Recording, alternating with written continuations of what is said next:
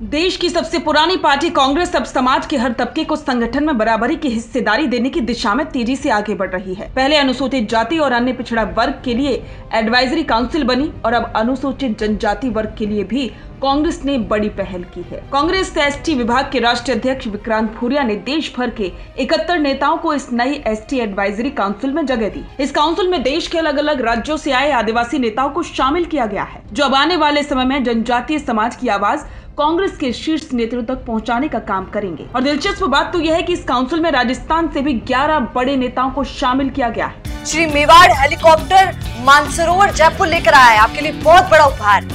Royal शादी entry हो, election tour हो, एयर एम्बुलेंस हो, पुष्प वर्षा हो या वीवीआईपी दर्शन हो, इसीलिए अभी तुरंत बुक कीजिएगा। इनमें 5 सदस्य और 6 विशेष आमंत्रित सदस्य बनाए गए हैं। राजस्थान कांग्रेस के चेहरे न सिर्फ प्रदेश की सियासत में अहम रोल निभाते हैं, बल्कि अपने अपने इलाकों में जनजातीय समाज के प्रभावशाली प्रतिनिधि भी माने जाते हैं। सबसे पहले बात करते हैं उन नेताओं की जिन्हें काउंसिल का सदस्य बनाया गया है। राजस्थान से सांसद मुरारी लाल मीणा, हरीश चंद्र मीणा, विधायक दयाराम, पूर्व मंत्री प्रसादी लाल मीणा और विधायक मूलचंद मीणा। ये वो नाम है जो सीधे सीधे अपने क्षेत्र में जनजातीय समाज से जुड़े मुद्दों को उठाते रहे हैं। अब बात करते हैं उन नेताओं की जिन्हें विशेष आमंत्रित सदस्य के रूप में जगह मिली है।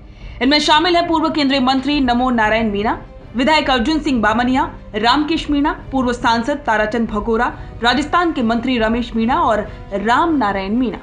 इन सभी का अनुभव, संगठन में पकड़ और जनजातीय समाज से गहरा रिश्ता इस काउंसिल को मजबूत दिशा देगा। अब सवाल उठता है कि आखिर ये एसटी एडवाइजरी काउंसिल करेगी क्या? इस काउंसिल की भूमिका सिर्फ सलाहकार तक सीमित नहीं होगी, बल्कि ये देश भर में अनुसूचित जनजाति वर्ग की राजनीति, सामाजिक और आर्थिक स्थिति का आकलन करेगी। यानी कि ये काउंसिल बताएगी कि आजादी के 75 साल बाद भी देश में एसटी समाज की स्थिति कैसी है, कहां सुधार की जरूरत है और कांग्रेस पार्टी को इस वर्ग के लिए क्या नीतिगत कदम उठाने चाहिए। रिपोर्ट तैयार करने के बाद ये दस्तावेज कांग्रेस के शीर्ष नेतृत्व के पास जाएगा, जिसके आधार पर नीतियां और संगठनात्मक रणनीति तय की जाएगी। दरअसल ये पूरी कवायद राहुल गांधी की उस सोच का हिस्सा है जिसमें वे बार बार कहते नजर आए हैं कि राजनीति में हर वर्ग को बराबरी का प्रतिनिधित्व मिलना चाहिए। और इसी दिशा में उन्होंने लोकसभा में नेता प्रतिपक्ष बनने के बाद स्पष्ट निर्देश दिए थे कि पार्टी एससी, एसटी और ओबीसी वर्गों के लिए अलग अलग एडवाइजरी काउंसिल बनाएगी। और नतीजा सबके सामने है। अब कांग्रेस की तीनों प्रमुख सामाजिक वर्गों ओबीसी, एससी और एसटी के एडवाइजरी काउंसिल लगभग बन चुकी है। पहले बनी थी ओबीसी काउंसिल, जिसमें राजस्थान के पूर्व मुख्यमंत्री अशोक गहलोत, सचिन पायलट और हरीश चौधरी जैसे दिग्गज नेताओं को शामिल किया गया था।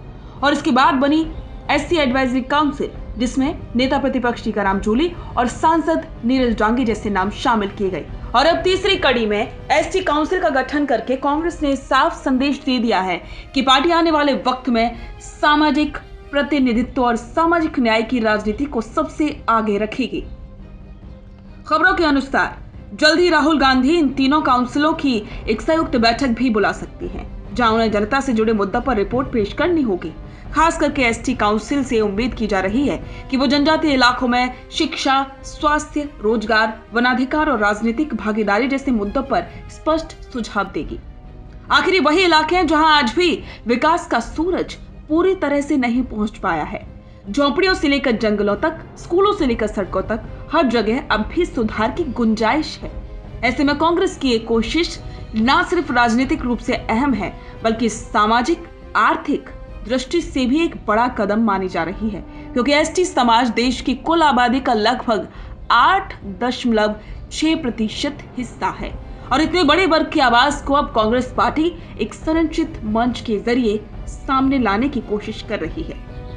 राजस्थान के संदर्भ में देखा जाए तो ये मीणा, भील, गरासी और अन्य जनजातीय समुदाय राजनीति में अहम भूमिका निभाते हैं। चाहे वो पूर्व केंद्रीय मंत्री नमो नारायण मीणा हो या मुरारी लाल मीणा या फिर रमेश मीणा, ये सभी कांग्रेस की जनजातीय राजनीति के सशक्त चेहरे हैं। कहा जा सकता है कि इस एडवाइजरी काउंसिल के गठन से राजस्थान में कांग्रेस की जनजातीय राजनीति को नया आयाम मिलेगा। अब देखना होगा कि ये काउंसिल सिर्फ कागजी समिति बनकर रह जाती है या वाकई में जनजातीय समाज की असल समस्याओं को लेकर कोई ठोस दिशा तैयार करती है, क्योंकि देश के जनजातीय इलाके सिर्फ वोट बैंक नहीं बल्कि भारत की असली आत्मा है। यहाँ संस्कृति है, परंपरा है और सबसे ज्यादा जरूरत है सुनवाई की। कांग्रेस की नई पहल शायद उस सुनवाई की नई शुरुआत बन सके जहां राजनीति सिर्फ सत्ता के लिए नहीं बल्कि समाज के हर तबके की आवाज बनने के लिए की जाए। बिजनेस अच्छा हो सकता है, लेकिन अगर नाम नहीं दिखा तो पहचान कैसे बनेगी?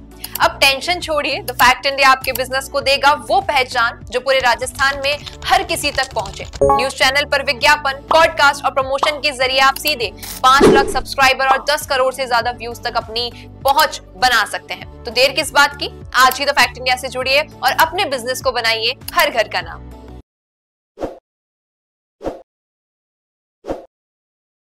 ताज़ा खबरों के लिए विजिट करें द फैक्ट इंडिया की वेबसाइट और डाउनलोड करें द फैक्ट इंडिया ऐप।